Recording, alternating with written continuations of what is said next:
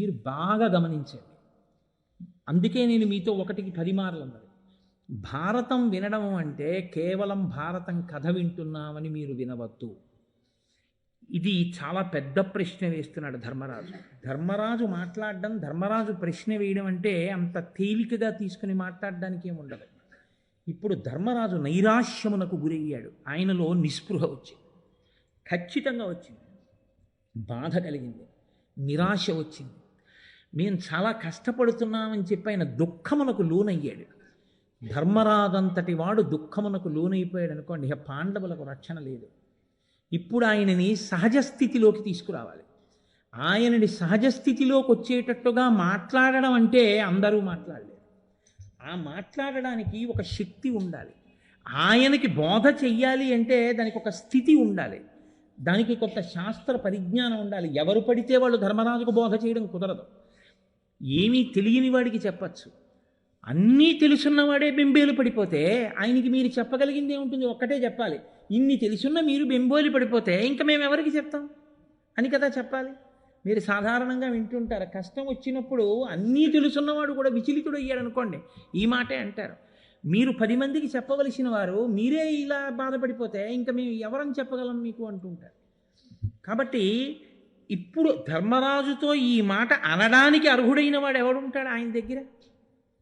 ఎవరో ఉండాలి. ఉండకపోతే ఇప్పుడు ఆ జవాబు చెప్పడం కుదరదు. మీరు ఎవరు పెద్దరికం తీసుకుని మాట్లాడుతున్నాడో ఇప్పుడు ఆయన ఖచ్చితంగా పెద్దరికం ఉన్నవాడు. భారతంలో గొప్పతనం ఏమిటో తెలుసా అండి? ఇటువంటి సందర్భాన్ని బట్టి ఆ సందర్భంలో మాట్లాడే మాటలు అంటే మీరు ఎర్రసిరాతో దాన్ని జాగ్రత్తగా రాసుకుని మనఫలకం మీద రాసుకుని జ్ఞాపకం పెట్టుకోవాలి. ఎందుకంటే ఈ మాటలు మిమ్మల్ని దిద్దుతాయి, మీ జీవితాన్ని దిద్దుతాయి, మిమ్మల్ని ధర్మపథంలో నడిపిస్తాయి. ప్రతి చిన్న విషయానికి మీరు విచలితులైపోకుండా, కదిలిపోకుండా మిమ్మల్ని పట్టి కాపాడతాయి. ఎవరు మాట్లాడుతున్నాడు ఇప్పుడు? ధౌమ్యుడు మాట్లాడుతున్నాడు. ధౌమ్యుడు పురోహితుడు పాండవులకు. పాండవులకు పురోహితుడు ధౌమ్యుడు అని చెప్పడం చాలా తేలిక. కానీ ఎక్కడి వాడు ధౌమ్యుడు? ఎలా వచ్చాడు అసలు? పాండవ పౌరోహిత్యానికి ధౌమ్యుడు ఏ కాలంలో ప్రవేశించాడు వాళ్ళ దగ్గర? పౌరోహిత్యం అంటే కౌరవుల వైపు నుంచి వచ్చినవాడా? ఏ భీష్ముడో ద్రోణుడో పంపాడా ధౌమ్యుణ్ణి? వీళ్ళు కష్టాలు పడుతున్నారయ్యా, వీళ్ళతో పాటు నువ్వు కూడా వెళ్ళు, ఏమైనా వీళ్ళకి మంచి మంచి పనులు చెయ్యవలసి ఉంటే నువ్వు వెనక చేయిస్తూ ఉండో అని పంపినవాడా? లేకపోతే ఈ పురోహితుణ్ణి ధర్మరాజు గారు ఎన్నుకున్నారా? లేకపోతే ధౌమ్యుడు తనంత తానుగా వచ్చి నేను మీకు పౌరోహిత్యం చేస్తానని అడిగాడా? ఎక్కడి వాడి ధౌమ్యుడు? ఈ ప్రశ్న మీరు వేసుకోకుండా భారతాన్ని చదివేసుకోవడం అంటే, విరాట పర్వం చదివేసుకోవడం అంటే మీరు సరైన విచారణ లేకుండా చదువుతున్నారని గుర్తు. నేను మీకు అందుకే సందర్భాన్ని చెప్పాను. ఇప్పుడు ధర్మరాజుతో మాట్లాడుతున్నాడు అంటే ఆయన సామాన్యుడు కాడు, ఖచ్చితంగా ఆయన శక్తివంతుడు, పురోహితుడు అని తెలుస్తోంది ధౌమ్యుడు. ఎక్కడివాడు అంటే పాండవులు చిన్నతనంలో లక్క ఇంట్లో పెట్టి కాల్చేయడానికి ప్రయత్నించారు ధార్తరాష్ట్రం. వాళ్ళు దాంట్లోంచి బయటపడ్డారు. బయటపడి పంచపాండవులు కుంతీదేవితో కలిసి బ్రాహ్మణ వేషాల్లో వెళ్ళిపోతున్నారు, మారు వేషంలో తిరుగుతున్నారు. అప్పటికి ఎందుకు అలా తిరగడం అంటే ఒక ధర్మ సూక్ష్మం ఒకటి ఉంది లోకంలో. యజ్ఞోపవీతం ఉన్నవాడే ఆత్మహత్య చేసుకు చచ్చిపోతే లోకాన్ని నడిపించగలిగినటువంటి నాయకుడు ఉండడు. కష్టాలు వస్తే ఓర్చుకోవలసిన మొదటి లక్షణం ఎవరికి ఉండాలంటే, ఎవడు వేదాన్ని నమ్మాడని గుర్తో అలా యజ్ఞోపవీతం వేసుకున్న వాళ్ళు కష్టాలకి కదిలిపోకుండా తట్టుకు నిలబడి తన అనుభవంతో వెనక వాళ్ళని నడిపించగలగాలి.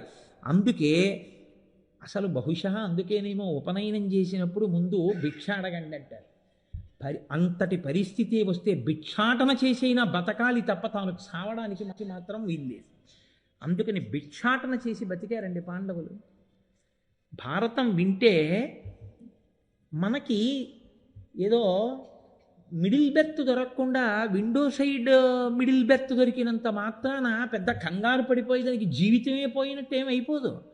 ఏ పాటి కష్టం ఇది అని మీరు వెంటనే ఓ ప్రశ్న వేసుకుని మీరు చాలా హాయిగా గడిపేసి వెళ్ళిపోగలరు. అది చాలదా మీరు ఆరోగ్యంగా ఉండడానికి, మీ చుట్టూ ఉన్న ఆరోగ్యంగా ఉండడానికి?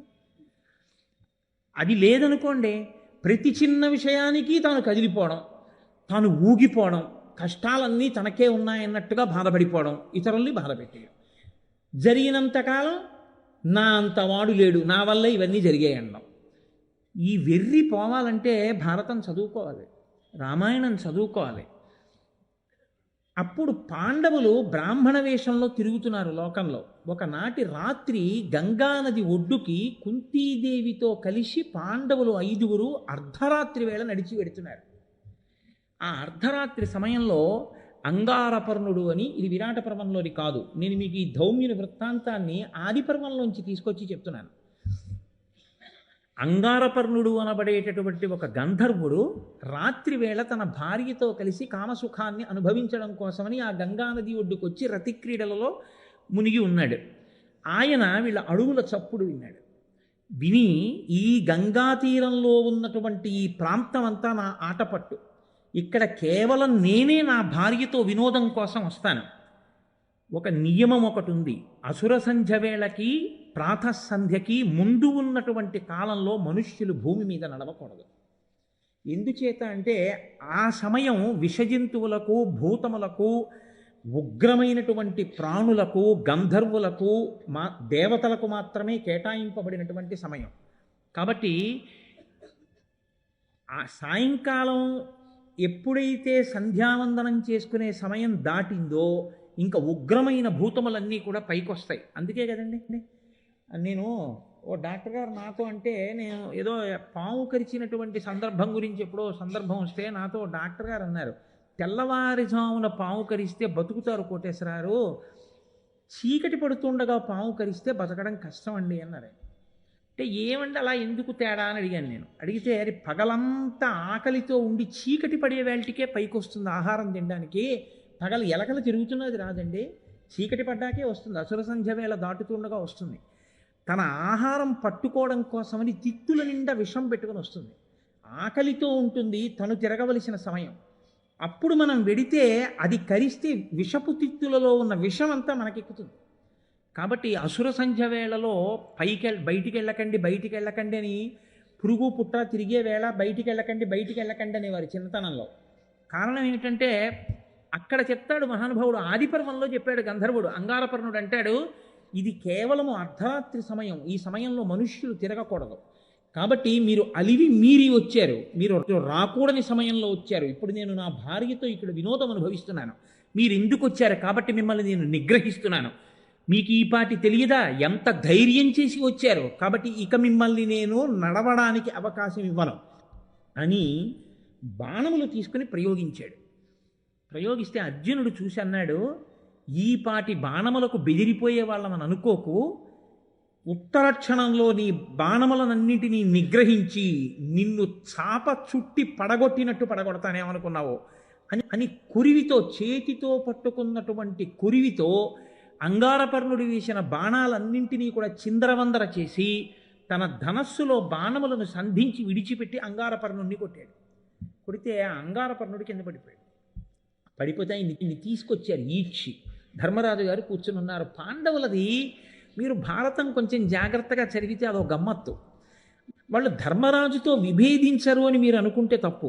ధర్మరాజుతో విభేదించకపోవడం అన్నది ఎప్పుడు ఉంటుందంటే ధర్మరాజుతో సమానమైనటువంటి, కానీ ధర్మరాజు గారి మీద భక్తి ఉంది, గౌరవం ఉంది, కాబట్టి ఇప్పుడు అంగారపర్ణుడి నుండి తీసుకొచ్చి ఆయన కాళ్ళ దగ్గర పారేశారు. ఆయనకి ధర్మరాజును చూస్తే సంతోషం, ఎందుకంటే నేను ఓడిపోయిన వాడిని, దెబ్బలు తిన్నవాడిని, నన్ను చంపేయకండి అని ఆ అంగారపర్ణుడి భార్య కూడా ధర్మరాజుని ప్రార్థన చేసింది, మీరు రాజులు కాపాడండి అంది. ఎలా కనిపెట్టింది రాజులని బ్రాహ్మణ వేషంలో ఉంటే? అంటే వాళ్ళ తేజస్సు తెలిసిపోతోంది, క్షాత్రధర్మం తెలిసిపోతోంది, చేసిన బాణ ప్రయోగం తెలిసిపోతోంది. ఇప్పుడు ధర్మరాజు గారు అన్నాడు, ధనస్సు చేతిలో లేనివాడు, విన్నిచ్చినవాడు, యుద్ధభూమిలో కిందకి ఒరిగిపోయినవాడు, శరణార్థినన్నవాడు, వాడిని చంపకూడదు, కాబట్టి భీమార్జునులారా వాడిని వదిలేయండి అన్నావా అన్నారు, వదిలేశారు. ఇప్పుడు ఆ అంగారపర్ణుడు లేచి ఒక చిత్రమైన మాట అన్నాడు. ఇది భారతం అంటే.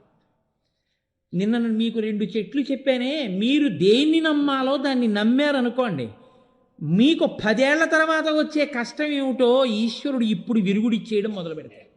పుట్టగానే పోలియో వ్యాక్సిన్ ఇచ్చి జీవితంలో పోలియో రాకుండా చేసినట్టు ధర్మం పట్టుకున్న వాడికి ప్రమాదం రాకుండా వాడి జీవితానికి కావలసిన అభ్యున్నతిని ఈశ్వరుడు నిర్ణయం చేసి ఉంచుతాడు. అది పట్టుకోవడం వస్తే చాలు. ధర్మాన్ని పట్టుకున్నారు పాండవులు. భగవంతుడు వాళ్ళకి ఏది లేదో, ఏది ఉండాలో, ఏది రావాలో నిర్ణయం చేసేసాడు. వాళ్ళు ఆ అంగారపర్ణుడిని రక్షణ చేస్తే ఆయన అన్నాడు, మిమ్మల్ని చూస్తే నాకు చాలా సంతోషంగా ఉంది, నేను మీతో స్నేహం చేస్తాను. అర్జున, నీ బాణప్రయోగాన్ని చేసి నేను ముగ్ధుండైపోయానయ్యా, నీకు చాక్షుషీ విద్యనిస్తాను, తీసుకోమన్నాడు. చాక్షుషీ విద్య అంటే అందరికీ ఉండదు, ఒక్క గంధర్వులకే ఉంటుంది. ఆయన ఆ విద్య తెలుసున్నవాడు ఇక్కడ కూర్చుని కళ్ళు మూసుకుంటే 3 లోకాల్లో ఎక్కడేమవుతోందో తెలుసుకుంటాడు. అటువంటి విద్య నీకు ఇస్తాను, స్వీకరించమన్నాడు. గంధర్వజాతి గుర్రాలని ఉంటాయి ప్రత్యేకం. ఆ గుర్రాలు రావడం కూడా చాలా చిత్రమైన స్థితిలో వచ్చాయి. వృత్రాసురుడు అనేటటువంటి ఆయన్ని ఇంద్రుడు చంపాడు. చంపినప్పుడు వజ్రాయుధపు ముక్కలు పడ్డాయి. అందులో ఒక ముక్క ఈ గంధర్వజాతి గుర్రాల్లోకి ప్రవేశించింది. అందుకని వాటి దౌడు వేరు, వాటి పరుగు వేరుగా ఉంటుంది, వాటి ఆ లంఘనం వేరుగా ఉంటుంది, వాటి లాఘవం వేరుగా ఉంటుంది. కాబట్టి అటువంటి గుర్రాలు కొన్ని 100 మీకు బహూకరిస్తానన్నాడు. ఇక్కడే మీరు గమనించాలి, పాండవులకు ఎప్పుడు ధర్మం కావాలి. అర్జునుడు అన్నాడు, ఇలాంటప్పుడు మనం ఇవన్నీ పుచ్చేసుకుంటే దుర్యోధనుడు ఏం చేస్తున్నాడో అసలు ఇక్కడి నుంచే చూస్తే ఇక మళ్ళీ మన లక్కింట్లో పెట్టలేడు అనుకోవాలి కదండి. ఇప్పుడు ఏ కష్టం పడ్డాడో మనిషి, అలాంటి కష్టం రాకుండా ఉండే అవకాశం ఎవడైనా పట్టుకొచ్చి ఇచ్చాడు అనుకోండి, వెంటనే ఒప్పుకుంటాడు కదా. అది లక్క ఇల్లని తెలియక కదా వాళ్ళు అందులోకి వెళ్ళారు. కాబట్టి కదా సొరంగ మార్గంలోంచి బయటకు వచ్చి బ్రాహ్మణ వేషంలో తిరుగుతున్నారు. ఇలా కూర్చుని ఇలా అనేటప్పటికీ ఎవడేం చేస్తున్నాడో తెలిసిపోతుంది అనుకోండి, ఇంకెంత హాయ్, గొడవలేదు. కాబట్టి ఇచ్చేయమనాలి. ఇది ఎలా ఉంటుందంటే, ఈ ధర్మం అన్నది ఎప్పుడు చెప్పినా అలాగే ఉంటుంది. అందుకే వేదాన్ని ఆధారం చేసుకుని మాట్లాడతాయి మన పురాణాలన్నీ, మన ఇతిహాసాలన్నీ. రామాయణంలో సీతమ్మని హనుమ నేను నిన్ను తీసుకెడతానంటే రాముడు వచ్చి తీసుకెళ్ళాలి తప్ప నేను నీతో రానని. ధర్మం ఎప్పుడూ ధర్మమే. అర్జునుడు అన్నాడు, నేను ఒక్క నా గురువుల దగ్గర బ్రాహ్మణుల దగ్గర విద్య నేర్చుకుంటాను తప్ప ఇలా అందరి దగ్గర నేను విద్య పుచ్చుకోను. అలా విద్య పుచ్చుకోవడం, ధనం పుచ్చుకోవడం, అటువంటి పనులు నేను చెయ్యను. మిత్రమా, గుర్రాలు ఇస్తానన్నావు, గుర్రాలు నీకు నాకు స్నేహం అన్నావు, బాగుంది. నీవు ఇచ్చినా నాకు ఆ చాక్షుషీ విద్య అక్కర్లేదన్నాడు. ఇది అర్జునుడంటే. పాండవుల యొక్క ధర్మ నిరతి అంటే అటువంటిది అని ఒక మాట అన్నాడు. నీవు నన్ను చూసి ఇప్పుడు ఇంత పొగుడుతున్నావే, ఇందాక మేము 5గురం నడిచి వస్తున్నప్పుడు చాక్షుషీ విద్య నీకే ఉన్నప్పుడు మేమెవరమో నీకు తెలీదా? తెలుసున్నవాడవైతే అంత అధిక్షేపించి మాతో మాట్లాడవచ్చా? మా అన్నగారు ఉన్నాడుగా ధర్మరాజు, మీరెవరు? సామాన్య మానవులు, అర్ధరాత్రి వేళ నడుస్తారేమిటి అన్నావే. అప్పుడు నేనేమన్నాను? అవి సామాన్య మానవులకు వర్తిస్తాయి, మాలాంటి వీరాధి వీరులకు కాదు. మేము అర్ధరాత్రి అయినా తిరగగలం, ఎందుకంటే సర్వభూతములను నిగ్రహించగలిగిన వాళ్ళం మేమన్నాను. మరి నువ్వెందుకన్నావు ఆ మాట మమ్మల్ని అన్నాడు. అంటే ఆయన అన్నాడు, నాకు తెలిసే నేను ఆ మాట అన్నాను, మీకు ఉండవలసింది మీ దగ్గర ఒకటి లేదన్నాడు. వాళ్ళు ఆశ్చర్యపోయారు, ఏది లేదని అడిగారు. మీకు పురోహితుడు లేడు అని. ఏం ఆ మాట అన్నావన్నారు. అవును, సుక్షత్రియులైనటువంటి వారు, ఇంత పరాక్రమోపేతులు, మీ వంటి వారు ఎప్పుడూ పురోహితుడిని ముందు పెట్టుకుని నడవాలి. ఆయన ఎప్పుడూ శుభాశుభములను నిర్ణయించి చెప్తూ ఉండాలి.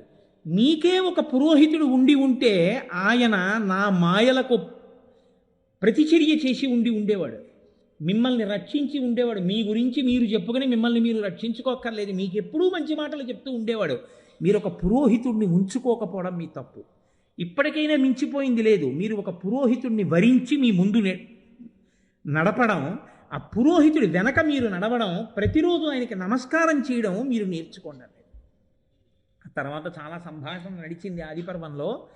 నడిచిన తర్వాత అడిగారు పాండవులు, మాకు ఎవరు పురోహితుడుగా ఉంటే బాగుంటుందో నువ్వు మాకు సలహా చెప్పు అన్నారు. అందుకు తీసుకొచ్చారండి అంగారపర్ణోపాఖ్యానం.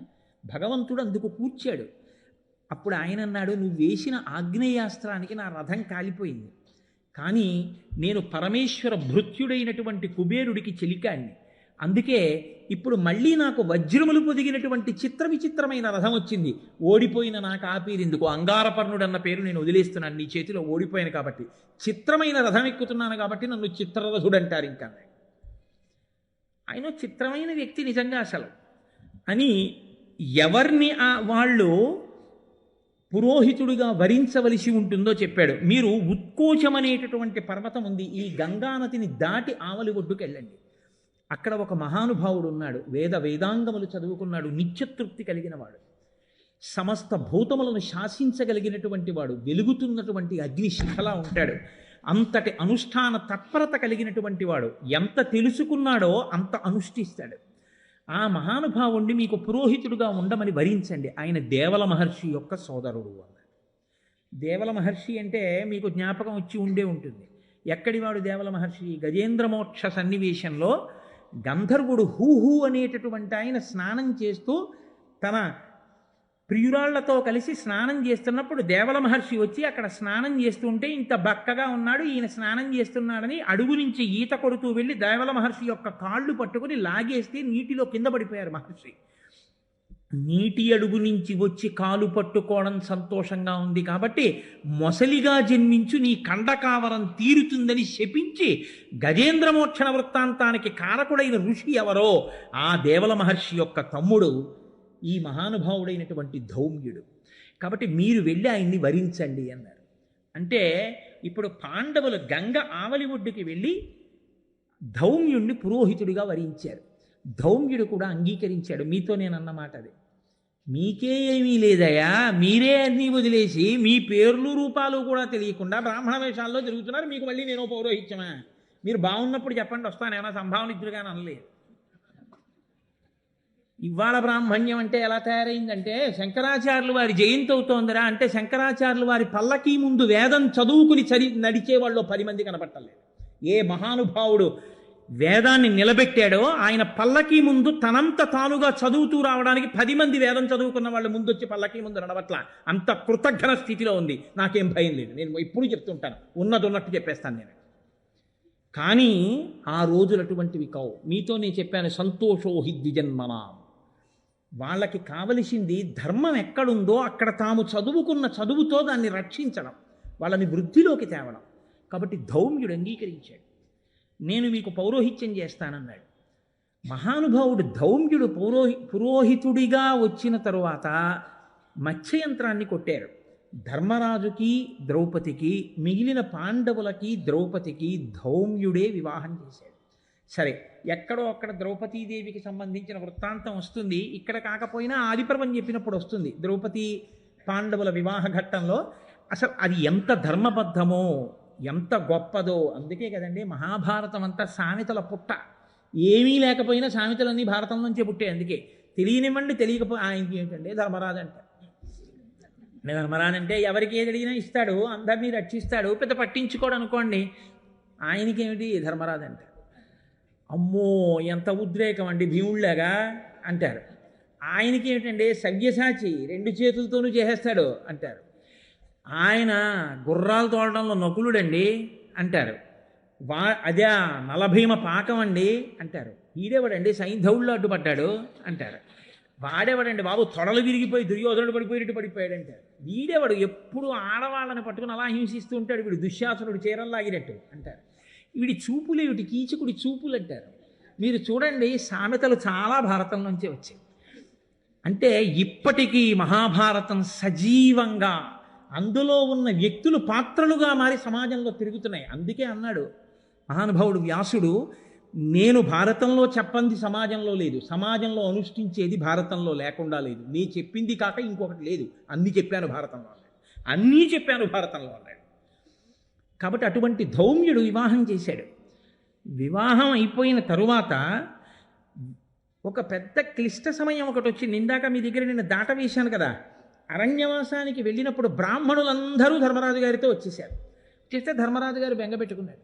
పురోహితుడు అంటే అందుకుంటాడు, కష్టం సుఖం చెప్పుకోవడానికి. ఇప్పుడు వీళ్ళకి అన్నం పెట్టాలి, ఎలా? వంట చేయడానికి ఎవరు? ద్రౌపదీదేవే ఉంది. కాబట్టి ఇప్పుడు ఆయన వెళ్ళి ధౌమ్యుడితో చెప్పాడు, ఎలాగయా వీళ్ళకి అన్నం ఎలా పెట్టాను ఇంతమంది బ్రాహ్మణులకి అంటే. ధౌమ్యుడు వేదాంగములు చదువుకున్నవాడు. తాను నేర్చుకున్న శాస్త్రం మీద, తను చదువుకున్న మంత్రం మీద అంత నమ్మకం ఉండాలి. ఆయన అన్నాడు, ఉత్తరాయణ పుణ్యకాలం అంతా కూడా నీటిని లాగినటువంటి సూర్యభగవానుడు లోకంలో ఉన్న జనులు దాహార్తితో అన్నంతో ఉంటే చూసి బాధపడి దక్షిణాయన పుణ్యకాలంలో వర్షాన్ని వర్షించి తన కిరణములను చంద్రుడి యందు ప్రవేశపెట్టి ఓషధులకు శక్తి కల్పించి అన్నం దొరికేటట్టు చేశాడు భూతములకు. కాబట్టి అన్నం పెట్టేవాడు అంటే ఆదిత్యుడే, భాస్కరుడే. కాబట్టి నీకు సూర్యాష్టోత్తర శతనామ స్తోత్రాన్ని ఉపదేశం చేస్తాను. ఉచ్చారణ దోషం లేకుండా 108 నామములతో సూర్యుణ్ణి స్తోత్రం చేయడం ఉపదేశిస్తాను. నీవు నీటిలో నిలబడి సూర్యభగవానుణ్ణి స్తోత్రం చేయి. ఆయన ఆనందిస్తే నీ వెనక ఎంతమంది వచ్చినా నువ్వు అన్నం పెట్టగలవు. అంతేకాని అలా కాదండి, మనం ఆయన్ని అడుగుదాం, ఆయన పర్వాలేదు ప్రతీ నెల 200 క్వింటాళ్ళు బియ్యం ఇవ్వకపోతారేంటి, అలా ఏం చెప్పలేదు. ముందు శాస్త్రం మీద నమ్మకం, ఆ తర్వాత భగవంతుడు ఒక రూపంలోనో భగవంతుడి ద్వారానో వస్తుంది. కాబట్టి చూడండి, ఈ మాట విని ధర్మరాజు ఉపదేశం పొంది గంగానది జలాల్లో నిలబడి ప్రతిరోజు ఉపాసన చేశాడు. సూర్యభగవానుడు తృప్తి చెంది ఆయనకి ప్రత్యక్షమయ్యాడు. నీకు ఇదిగో రాగి అక్షయ పాత్ర ఇస్తున్నాను. ఈ అక్షయ పాత్రలో ద్రౌపదీదేవి వంట చేస్తే, భార్య కదండి, ఇంటికి వచ్చినప్పుడు వంట చేసి 10 మందికి పెట్టి భర్త యొక్క గౌరవాన్ని నిలబెట్టవలసింది. అందుకని రాగి పాత్రలో ఆవిడ వంట చేస్తే ఎంతమంది తిన్నా సరిపోతుంది. ఎంతమంది తిన్నా అబ్బా ఏం వంట అనిపిస్తుంది.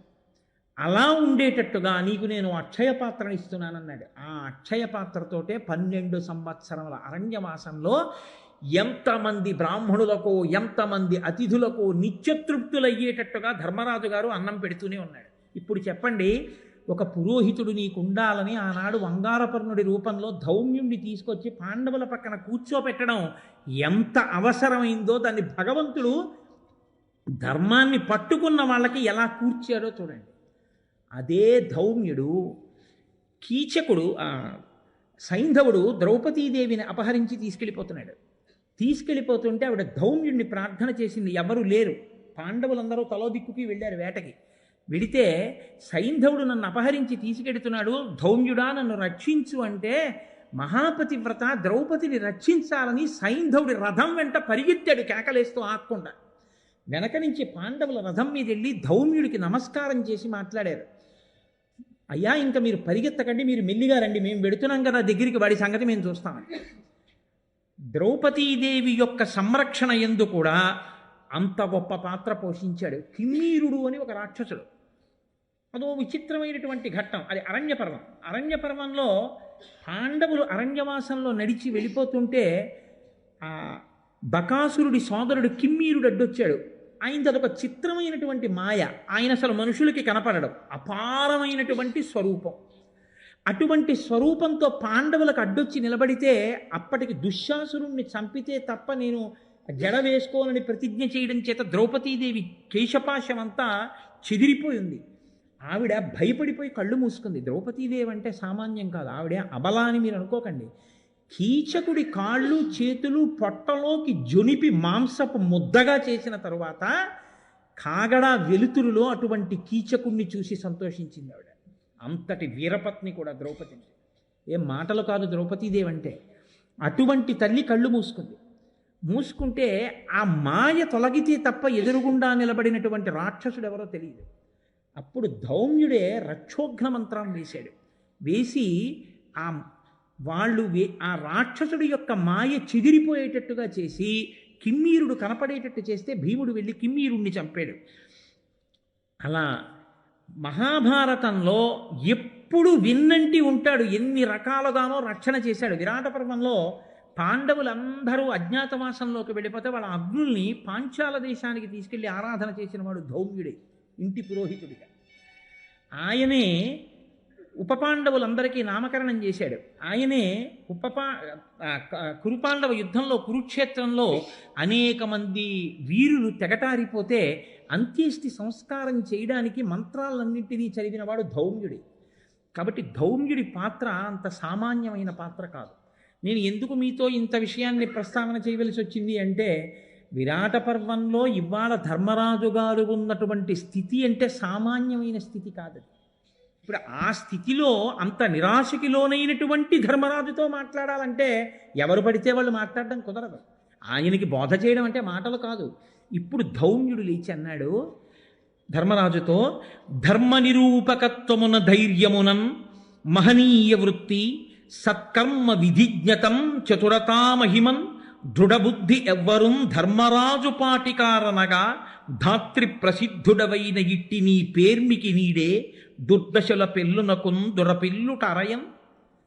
ఏమయ్యా ధర్మరాజా, ఇది నీ పేరుకి నీ కీర్తికి నీ శోభకి తగిన పనే నువ్వు చేస్తున్నది? నువ్వు ఇంత దుఃఖిస్తున్నావా? మా అంత కష్టాలు పడ్డవాడు ఎవరైనా ఉన్నారా అని అడుగుతున్నావా? అసలు ధర్మాన్ని నిరూపించడంలో ధైర్యానికి మారుపేరు ఎవరు అని అడిగితే నీ గురించే చెప్తారు. ఎవరు మహనీయుడు అంటే నీ పేరు చెప్తారు. ఎవరు సత్కర్మావలంబకుడు అంటే నీ పేరు చెప్తారు. ఎవడు తత్వపరిజ్ఞానం ఉన్నవాడు అంటే నీ పేరు చెప్తారు. ఇన్ని తెలుసున్నవాడివి, ఇంత గొప్పవాడివి నువ్వే కదిలిపోతే నీ తమ్ముళ్ళు ఏమైపోతారు?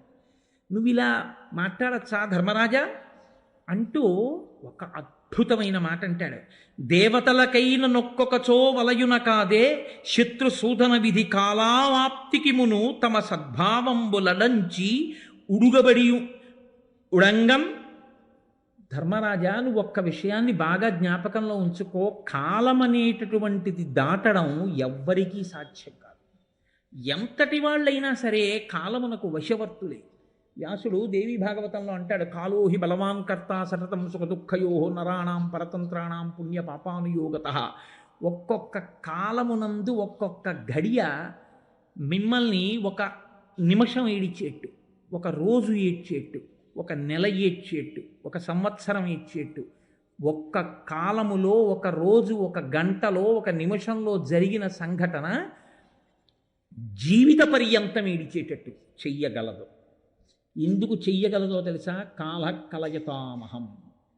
కాలరూపంలోనే పరమేశ్వరుడు లెక్కలు కట్టి పాపపుణ్య విచారణం చేసి నీవు చేసిన పాపానికి నువ్వు ఎంత ఏడవాలో లెక్క కట్టి ఫలితం ఇస్తాడు. ఆ పాప ఫలితాన్ని ఈశ్వరుడు ఇచ్చేసిన తరువాత నువ్వు తిప్పను లేవు, నువ్వు దిద్దను లేవు. నువ్వు చెయ్యవలసింది ఏమిటంటే జీవితాంతం ఏడవడమే. కాలము ఎవ్వరూ దాట శక్యము కాదు. ధర్మజ, ఇప్పుడు మీరు కూడా అటువంటి కాలమునకు వశవర్తులై ఉన్నారు. కాబట్టి ఇప్పుడు భగవంతుణ్ణి గట్టిగా పట్టుకోవాలి. కాలము కలిసి వచ్చే వరకు ఓర్పు పట్టవలసి తప్ప నీకు తెలియనివా ఇవన్నీ? కాలము కష్టములో సుఖాన్ని ఇస్తోంది. 12 ఏళ్ల అరణ్యవాసం చెయ్యాలి. కానీ ఎందరో ఋషుల్ని దర్శించావు, ఎన్నో తీర్థాలు దర్శనం చేశావు, ఎందరో బ్రాహ్మణులకు అన్నం పెట్టావు, ఎంతోమందితో సత్కర్మలను గూర్చినటువంటి ప్రసంగాలు చేశావు. కాలమే ఎదురు తిరిగింది. కాలమే దాన్ని సక్రమంగా నడిచిపోయేటట్టు చేసింది. ఆ కాలమే అజ్ఞాతవాస రూపంలో ఇప్పుడు వచ్చింది. ఆ కాలమే ఈశ్వర రూపంలో నిన్ను అజ్ఞాతవాసం నుంచి గట్టు కూడా ఎక్కిస్తుంది. కానీ ఓర్చుకోవడం అన్నది మాత్రం నీకు రావాలి. ఆ ఓర్పు కానీ వదిలేశావా? ఇప్పుడు ఇదిగో ఎలా వదిలేసి బాధపడ్డావో అలా బాధపడ్డావో, ఓర్పు పోయిందో బయటపడిపోతారు. ఆ ఓర్పు పోకూడదు. ఎందుకో తెలుసా? ఎంత గొప్ప మాట చెప్తున్నాడో మీరు ఆలోచించండి. 12 నెలల అజ్ఞాతవాసానికి కావలసిన మానసికమైన అన్నాన్నంతటినీ వండి పెట్టేస్తున్నాడు ధౌమ్యుడు ధర్మరాజు గారికి, పాండవులకు. ఎందుకో తెలుసా అండి? ఓర్పు పోయిందనుకోండి, 1 గంట చాలు పాండవులు బయటపడిపోవడానికి. అర్జునుడంతటి వాడి కర్మ కాలిపోయిందండి. పరమశివుడంతటి వాడు సైంధవుడు తపస్సు చేస్తే ప్రత్యక్షమయ్యి అన్నాడు, పాండవులని గెలిచే వరం ఇమ్మని అడిగాడు. పాండవులను గెలిచే వరం అన్న వరం నువ్వు అడగకూడదు, నేను ఇవ్వలేనన్నాడు పరమశివుడంతటి వాడు. ఎందుకో తెలుసా? వాళ్ళ పౌరుష ప్రతాపములు అటువంటివి. పాండవులలో 4 ఒకెత్తు, అర్జునుడు ఒకెత్తు. అర్జునుడితో యుద్ధం నేనే చేసి గెలవడం కూడా చాలా కష్టంతో సాధ్యం సుమా. గెలవనని అనను, కానీ చాలా కష్టంతో సాధ్యం. కానీ నా అంతటి వాణ్ణి నువ్వు తపస్సు చేస్తే ప్రత్యక్షమై కుదరదని వెళ్ళిపోలేక ఒక్క వరం ఇస్తున్నాను. అర్జునుడు తక్క మిగిలిన 4 పాండవుల్ని ఒక్కరోజు యుద్ధంలో గెలవగలుగుతావు, అదొక్కటే నీకు ఇచ్చేవరం. కాబట్టి అడ్డుపడ్డాడు కదండి, సైంధవుళ్ళు అడ్డుపడ్డాడంటారు.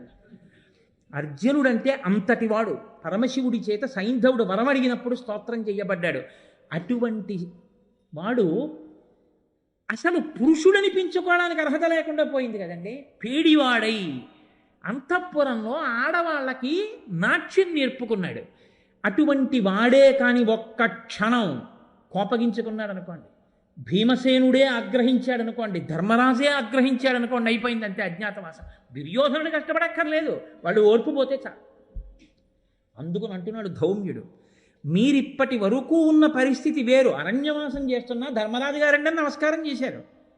ఆయన మహానుభావుడండి, ధర్మరాజు గారండి అన్నారు. కాబట్టి కాలం గడిచిపోయిందయా. ఇప్పుడు నిన్ను ధర్మరాజు గారు అనరు, నువ్వే పేరెట్టుకుంటావో ఆ పేరుతో పిలుస్తారు. నేను మీ పరిచారకుండండి అని పేరెట్టుకుని ఎవరింటికో వెళ్ళామనుకో, ఆ చీపురు కట్టి ఇలా పట్టరా అంటారు. రాజసూయాగం చేసిన వాడినయా, నీకు చీపురు కట్ట పట్టరానా? అయిపోయింది అంతే నీ అజ్ఞాతవాసం. ఇప్పుడు నీకు కావలసింది ఓర్పు. కాలము పరీక్షకి ఎదురు నిలబడింది, ఇప్పుడు నువ్వు ఓర్పుతో నిలబడాలి. అది కోల్పోతున్నావని నాకు భయంగా ఉంది ధర్మజ. లేకపోతే నీ నోటి వెంట ఈ మాట రావచ్చా? ఇంత ధర్మం తెలుసున్నవాడివి రాకూడదుగా. కాబట్టి ఏమి మాట్లాడాడండి నిజంగా ధౌమ్యుడు ఆ రోజున.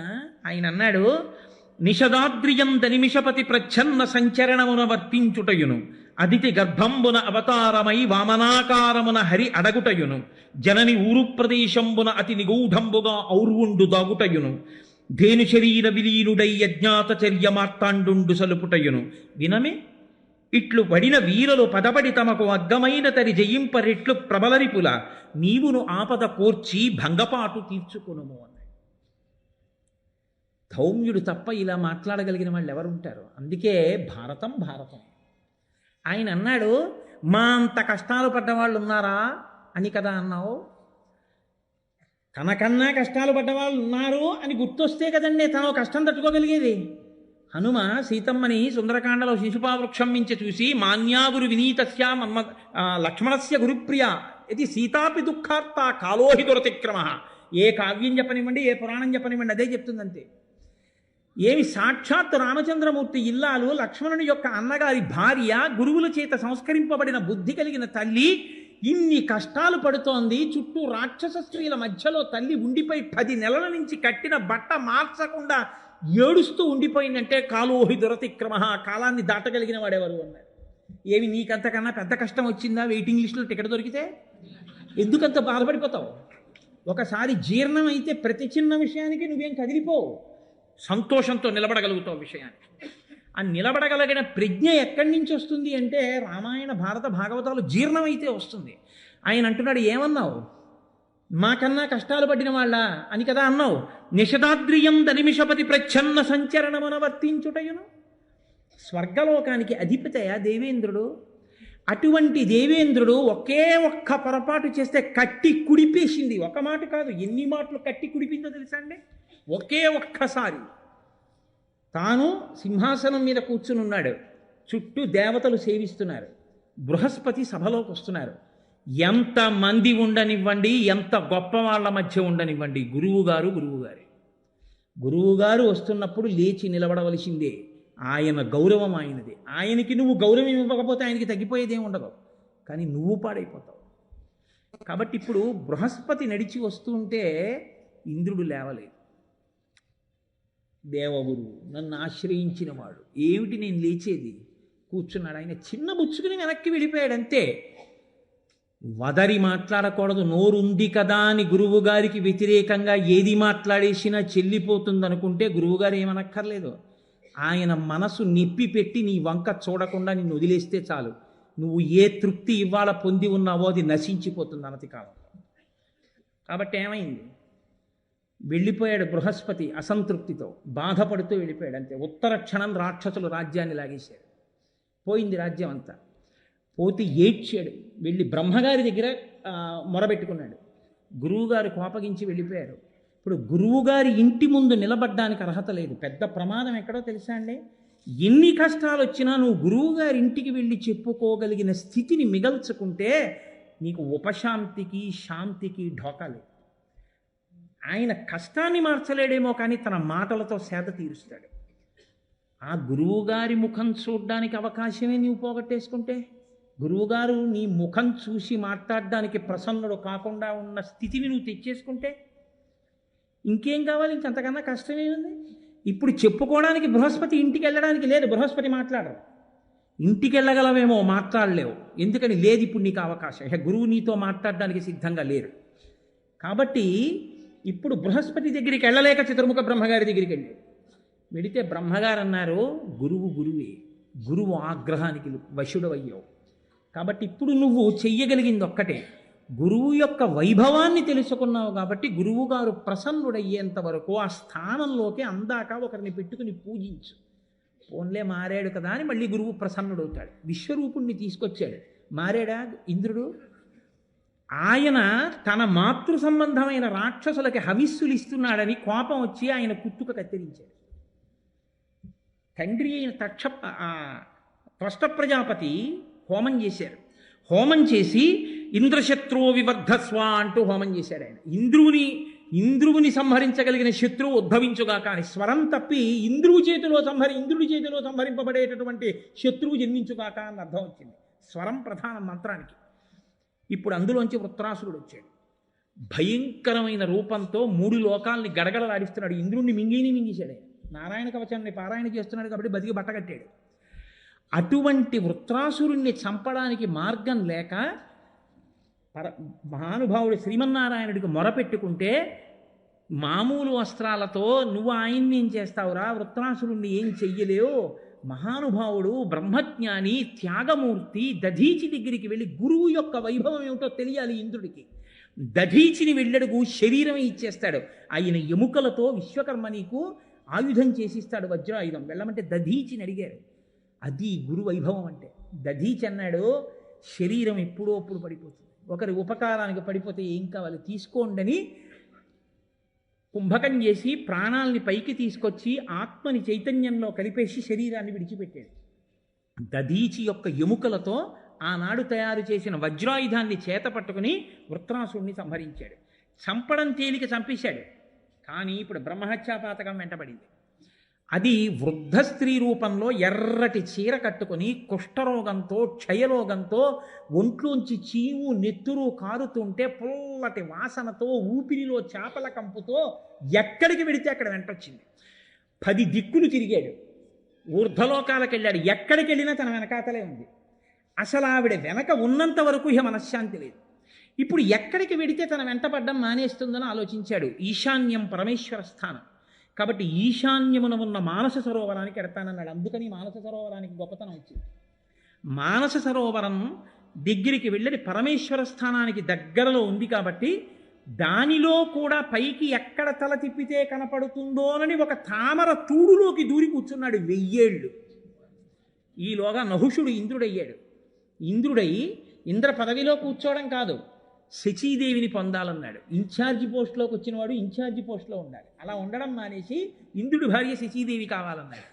అప్పుడు ఆవిడ వెళ్ళి బృహస్పతిని అడిగింది, ఎలా నాకు తప్పుతుంది ఈ ప్రమాదం అని. గురువు ప్రసన్నుడు. ఆవిడికి ఆపద వచ్చిందనేటప్పటికీ ఇంద్రుడు ప్రవర్తించిన కృతజ్ఞతని మరిచిపోయాడు.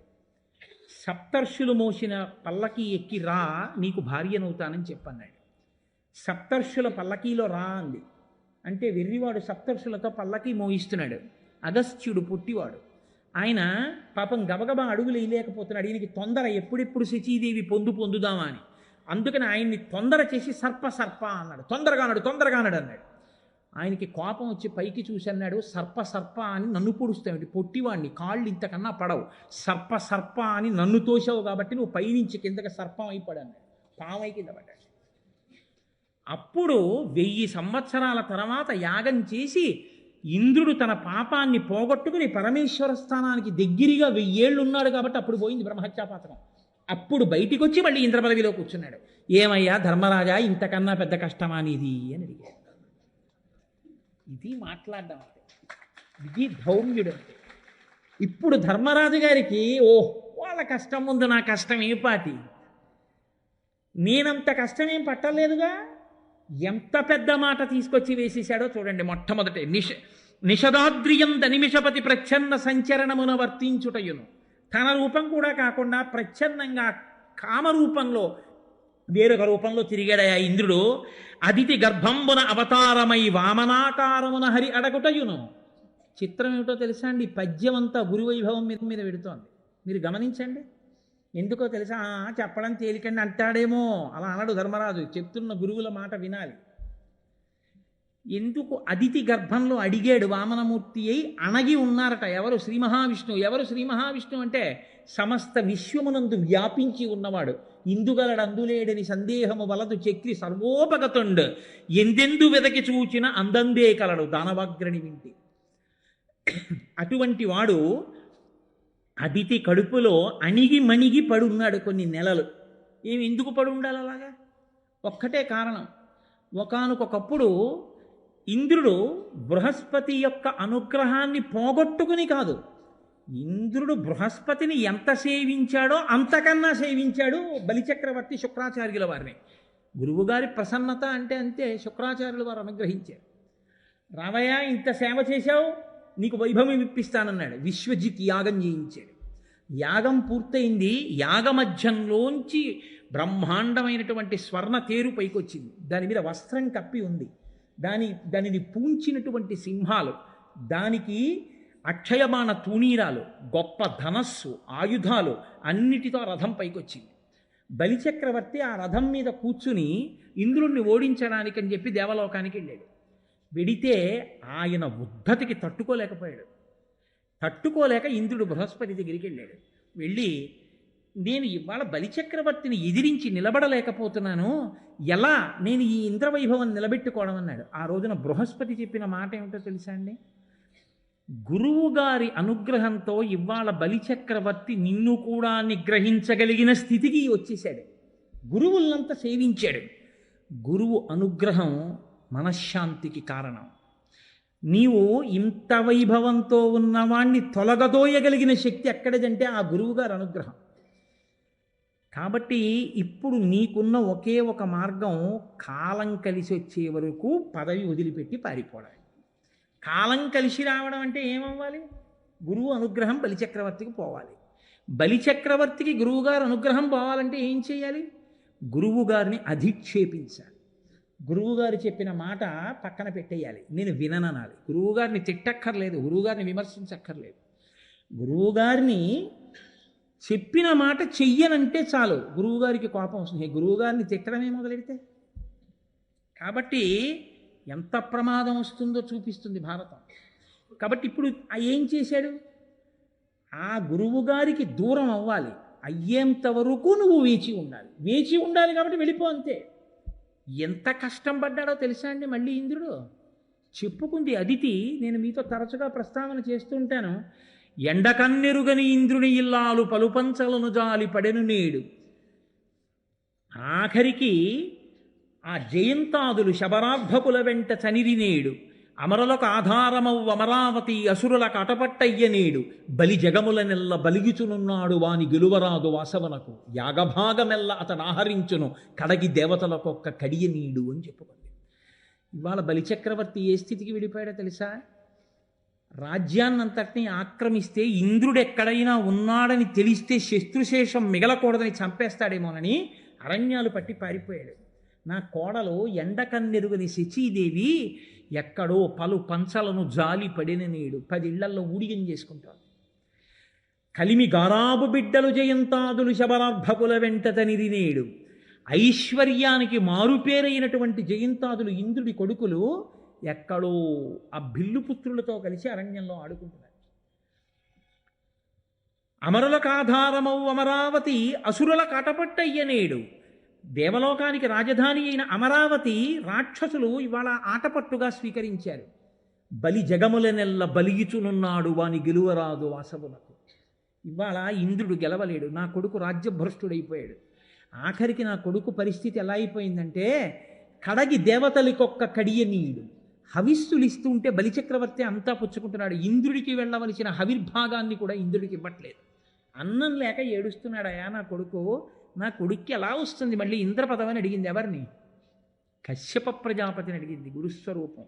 యోమే భర్తా సమీ గురు తం నిత్య మనురక్తాస్మి యథారూపాం సువర్చల అంటుంది సీతమ్మ. భర్తని మించిన గురువు లోకంలో ఉండడు. కాబట్టి భర్త గారిని అడిగింది. ఆయన అన్నాడు, నన్ను అడుగుతావే? భగవంతున్ పరమున్ జనార్దనన్ కృపాపారీడు సర్వాత్మకున్ శ్రీహరి సేవచేయు మతడున్ సంతుష్టును పొంది నీకకు ఇష్టార్థములెల్లనిచ్చు అఖిలార్థా వ్యాప్తి చేకూరుడిన్ భగవత్సేవల పొందరాది బహు సౌభాగ్యంబులన్ ప్రేయసి. నన్ను అడుగుతాయేటి? పరమాత్ముడు సేవిస్తే పొంగిపోయేవాడు శ్రీమన్నారాయణుడిని అడుగు, ఆయన ఇస్తాడు వైభవం అన్నాడు. ఇప్పుడు ఆవిడ వ్రతం చేసింది, వచ్చాడు, వచ్చినవాడు ఎదురుగుండా నిలబడినవాడు ఆయన ఆవిడ్ని వరం అడిగాడు. అది విచిత్రం. ఎందుకు అడిగాడో తెలుసా అండి? ఒక్కటే కారణం, గురువుల అనుగ్రహానికి బలిచక్రవర్తిని దూరం చేయాలి. దూరం చేసేస్తే చాలు, అయిపోతుంది, అంతే, కథ నడిచిపోతుంది. కాబట్టి ఇప్పుడు ఆయన అన్నాడు, అమ్మా నాకే కోరికగా ఉందమ్మా, నీ కడుపున పుడతానం, నాకున్ వేడుక పుట్టు నీసుతుడనై నర్తించి వర్తింపగా, నీ కోడండ్రును నీ కుమారవరులు నీనాథుడు నీవును సంశ్లోకింపన్ సతులున్ పతుల్ సమోదింప రాత్రించరులు శోకింపన్ భవదీయ గర్భమున తేజోమూర్తి జన్మించదన్, నాకున్ వేడుక పుట్టు నీసుతుడనై నర్తించి వర్తింపగా. అమ్మ నీ కొడుకులు కోడళ్ళు నీ భర్త సంతోషించేటట్టు నీ కడుపున పుట్టాలనుందమ్మా. అమ్మ పుట్టనా అమ్మా అని అడిగాడు. అడిగితే ఆవిడ పొంగిపోయింది, అంతకన్నా భాగ్యమా, తప్పకుండా పుట్టవయ్యా అని. ఆవిడ అసలు ఎందుకు తపస్సు చేసింది, ఎందుకు చేసింది వ్రతం? ఇంద్రుడికి రాజ్యం కోసం. ఇంద్రుడికి రాజ్యం ఇవ్వడానికి ఈశ్వరుడు ఇంద్రుడికి తమ్ముడు అయ్యాడు, ఉపేంద్రుడు అయ్యాడు, అదితికి కొడుకుగా పుట్టి. ఇప్పుడు ఆయన శ్రావణ ద్వాదశి నాడు శ్రోణనభిజిత్ సంజ్ఞాత లగ్నంబునన్ భువనాధీశుడు పుట్టె వామనగతిం పుణ్యవ్రతోపేతకున్ దివిజాధీశ్వరు మాతకున్ పరమపాతివ్రత్య విఖ్యాతకున్. శ్రావణ ద్వాదశి నాడు వామనమూర్తి అయి పుట్టారు. చిన్న పిల్లవాడు వెళ్ళనే వెళ్ళాడు బలిచక్రవర్తి చేస్తున్నటువంటి యజ్ఞవాటం దగ్గరికి. కొందరితో చర్చించును, కొందరితో జటలు చెప్పు గోష్ఠించేయున్, కొందరితో తర్కించును, కొందరితో ముచ్చటాడు, కొందరు నవ్వున్. వాళ్ళతో వేదం గురించి మాట్లాడుతున్నాడు. మీ గురువుగారు ఎవరంటున్నాడు, మీరు స్వరం తప్పు చెప్పారంటున్నాడు, ఈ పన్నం ఎక్కడదంటున్నాడు. వాళ్ళందరూ తెల్లబోతున్నారు, ఈ పిల్లాడేమిటి, ఈ తేజస్సు ఏమిటి, ఇంతున్నాడు, ఈ వామనమూర్తి ఏమిటి, ఎక్కడి నుంచి వచ్చాడు, ఇప్పుడే ఉపనయనం చేసుకున్న వాళ్ళే ఉన్నాడు, అబ్బో అబ్బో ఎంత అందంగా ఉన్నాడు, శుంభుండో హరుడో పయోజభవుడో చండాంశుడో వహ్నియో ధరణం దంభాకార సవచ్చకాక ధరణి ధాత్రీసురుండెవ్వడి శంభోద్యోతనుడి పయోజభవుడంచున్ విస్మయభ్రాంతులై సంభాషించిరి బ్రహ్మచారికని తత్సభ్యుల్ రహస్యంబునన్. ఎవర్రావి ఈ పిల్లాడు, పరమశివుడు వచ్చాడా, అగ్నిహోత్రుడు వచ్చాడా? వాళ్ళు తెల్లబోయారు. వెళ్ళనే వెళ్ళాడు బలిచక్రవర్తి దగ్గరికి. వెళ్ళి ఏమీ తెలియని వాళ్ళ, ఏమి కావాలో అడగవయ్యా ఇచ్చేస్తానన్నాడు. గొడుగో జన్నిదమో కమండలయో నాకు ముంజియో దండమో బడుగేనెక్కడ కరుల్ వామాక్షుల శ్వంబులెక్కడ నిత్యోచిత కర్మమెక్కడ మదాకాంక్షితంబైన 3 అడుగుల మేర ఎత్రోబకిచ్చుటదే బ్రహ్మాండంబు నా పాలికిన్. నాకెందుకయ్యా అవిస్తాని ఇస్తానంటావు, నాకు అవన్నీ అక్కర్లా, 3 అడుగుల నేల చాలు. అది కూడా ఎలా 3 అనలేదు, 1-2 అడుగుల మేర ఇమ్ము సొమ్ము మేరయల్లా కోర్కె తీర బ్రహ్మ కూకటి ముట్టేద దానకుతుక సంద్ర దానవేంద్ర అన్నాడు. 1-2 అడుగులు ఇమ్మన్నాడు. 2 అంటే 1 భూమి, 1 పైన ఆకాశం కొలిచేస్తా, 3వ అడుగు ఎక్కడ పెట్టినాను అడుగుతా, ముందే చెప్పాడు. 1-2 అడుగుల మేర ఇమ్ము సొమ్ము మేరయొల్లా కోర్కె తీర బ్రహ్మ కూకటి ముట్టేదా బ్రహ్మాండం అంతా ఇచ్చేసినట్టే ఇచ్చానను అన్నాడు. పొంగిపోయాడు. రమ్మా మానవ కొత్తమ చెమ్మా నీ వంచితంబు లేదనకిత్తున్ రమ్మ ఎమ్మా నీ పాదమ్ములు కడిగెదనే సుమ్మా అంటూ ఆ బంగారు పాత్ర తీసుకొచ్చి వింధ్యావళి నీళ్లు పోస్తుంటే కాళ్ళు కడిగి ఇచ్చేయడానికి సిద్ధపడ్డాడు. గబగబా పరిగెత్తుకొచ్చాడు శుక్రాచార్యుల వారు. ఊరే చాలా కాలానికి దేవలోకం గెలిచి ఇంద్రుడిని గెలిచావురా, వచ్చినవాడు ఎవరో తెలుసా? శ్రీ మహావిష్ణువు. ఇచ్చేస్తానంటున్నావు పిచ్చాడా? ఇచ్చిన తర్వాత కొలుస్తాడు. 2 అడుగుల్లో అన్నీ కొలిచి 3వ అడుగు ఎక్కడెట్టనని నీ నెత్తి మీద పెడతాడు. నా మాట విను, ఇవ్వనను వారిజక్షులందు వైవాహికములందు ప్రాణవిత్తమాన భంగమందు జిగిత గోకులాగ్ర జన్మరక్షణమందు పలికి బొంకవచ్చు పాపంబు లేదు అనుహ అన్నాడు. ఏం పర్వాలేదని కొన్ని సందర్భాలు చెప్పి అవన్నీ ఇప్పుడు పాటించకూడదండోయ్ ఆ యుగంలో నీతి. కాబట్టి ఏం పర్వాలేదు, అబద్ధం చెప్పి అన్నాను కానండి, నేను ఇవ్వనానండి అని అంటే పత్రికలు వక్రీకరించాయి అన్నట్టుగాని అన్నాడు. అంటే ఆయన అన్నాడు, అన్నన్నా ఎంత మాట అండి, ఒకసారి ఇస్తానన్నానంతే, ప్రాణమే పోనివ్వండి, నాకు భయం లేదు. అయినా గురువుగారు నేను మాట అంటాను, ఇవ్వద్దంటారేంటి? ఆదిన్ శ్రీసతి కొప్పుపై తనువుపై అంశోత్తరీయంబుపై ఆ పాదాబ్జంబులపై కపోలతటిపై పాలిండ్లపై నూత్న మర్యాదం చెందు కరంబు క్రిందగుట ఆపైనా కరంబుంట మేల్ కాదే రాజ్యము గిజ్జమున్ సతతమే కాయంబు నాపాయమే.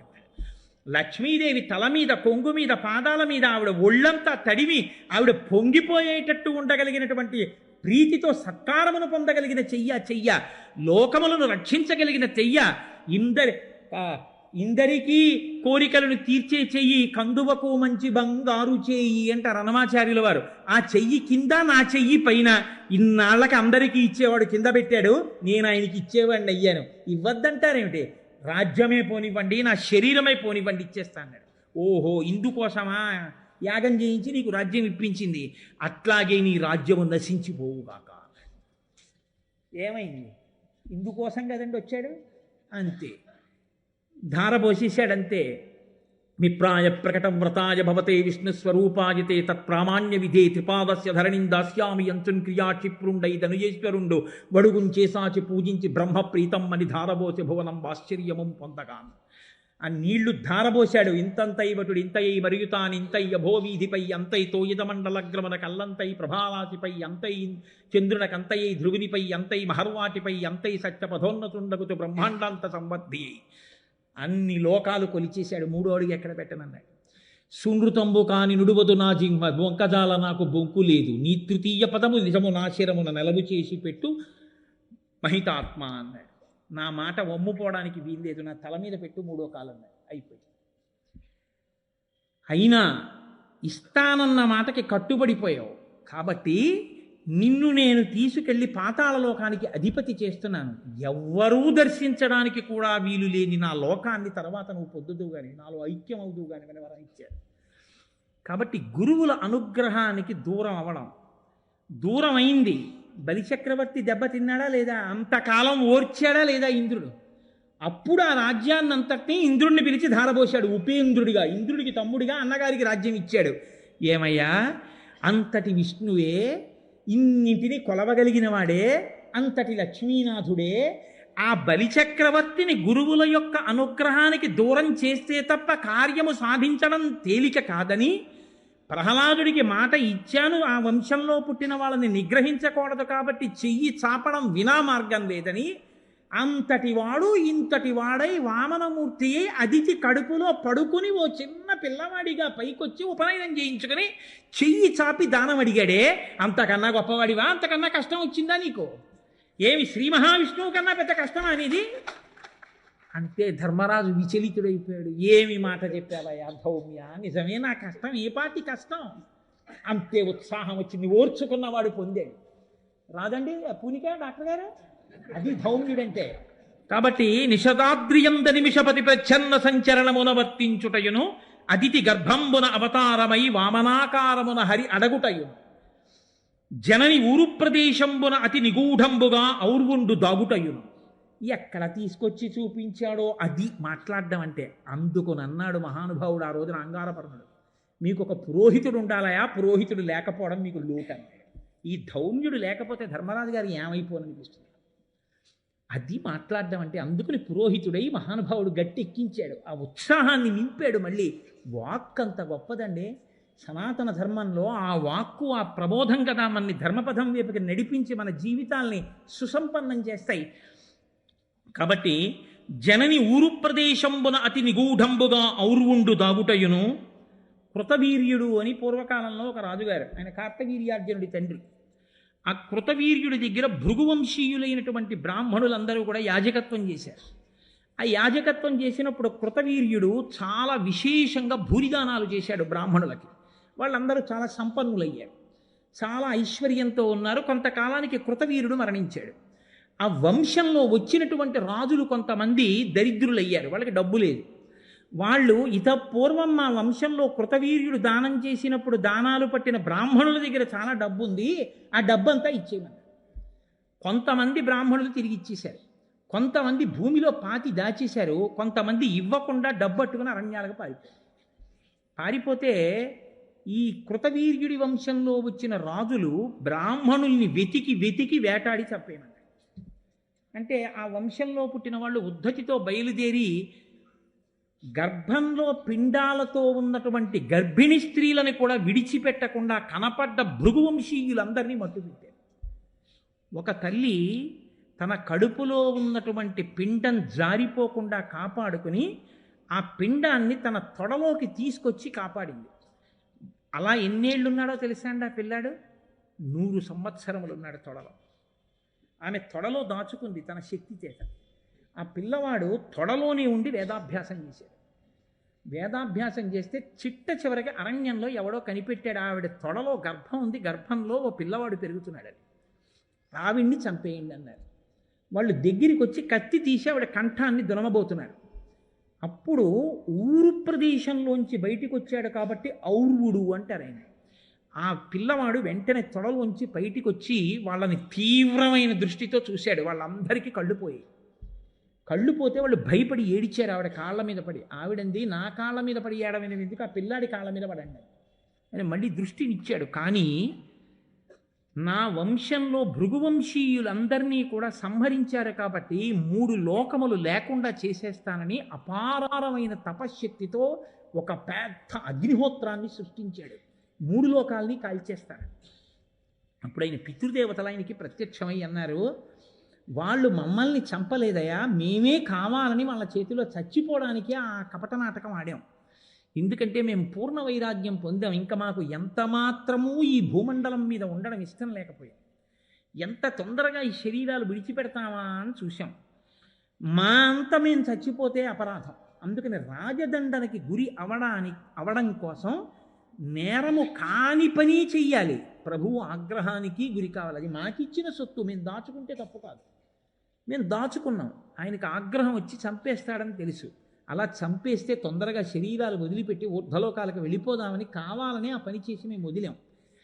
తెలియక వాళ్ళు అనుకున్నారు మేమే చంపామనుకున్నారు. నువ్వేమనుకున్నావంటే మమ్మల్ని వాళ్ళు చంపారనుకుని ఇప్పుడు 3 లోకాల్ని కాల్చడానికి అగ్నిహోత్రాన్ని సృష్టిస్తున్నావు తపస్సు చేసి. నాయనా, నీ కోపాన్ని ఉపసంహారం చెయ్యన్నారు. నా కోపాన్ని ఉపసంహారం చేశాను, కానీ నేను తయారు చేసి లోకం మీద విడిచిపెట్టేయడానికి సిద్ధంగా ఉంచి నీ అగ్నిహోత్రాన్ని ఇప్పుడు ఏం చేయనని అడిగాడు. అయితే వాళ్ళన్నారు, ఈ అగ్నిహోత్రాన్ని గుర్రం రూపంలో సముద్ర గర్భంలో ప్రవేశపెట్టు, బడబాగ్ని అని పిలుస్తారు. అది సముద్ర గర్భంలో ఉంటుంది. అదే ఉప్పిన రూపంలో వచ్చినప్పుడు అందులోని కణికే కనపడుతుంటుంది. సముద్రం వేడి నీరు వచ్చిందని, అగ్నిహోత్రం కనబడి పెద్ద ప్రకాశం కనపడింది అంటుంటారు. ఆ అందులో బడబాగ్నిగా ఉండిపోయింది ఔర్వుడి యొక్క కోప జ్వాల. ఆయన తపస్సు చేసి సృష్టించిన అగ్నిహోత్రమే హయ రూపంలో, గుర్రం రూపంలో అందులో ఉండిపోయింది. సముద్రంలో బడబాగ్నిగా ఉండిపోయింది. కాబట్టి సముద్రంలో విడిచిపెట్టమన్నారు. సముద్రంలో విడిచిపెట్టాడు. ఏమయ్యా, తల్లి కడుపులోంచి 9 నెలలు దాటగానే లోపల ఉండలేక తల కిందకి కాళ్ళు పైకి ఉండి తన మలమూత్రములు తానే అందులో విసర్జించుకుని అమ్మ పెట్టినటువంటి అన్నం నాభిగొట్టంలోంచి లోపలికి ఎక్కుతూ ఉంటే లోపల శరీరం పెరిగిపోతుంటే ఇరుకులో ఉండలేక 9 నెలలు దాటగానే జీవుడు పరమేశ్వరుణ్ణి ప్రార్థన చేస్తాడు. ఈశ్వర, ప్రసూతివాయు రూపంలో నన్ను బయటికి తోసేవా అని అడుగుతాడు. అప్పుడు ఈశ్వరుడు బయటికి తోసేస్తే అమ్మయ్యా బయటికి వచ్చాననుకుంటాడు. గర్భస్థ నరకం. మరి ఔర్వుడు ఎన్నేళ్ళు ఉన్నాడు అమ్మ తొడలో?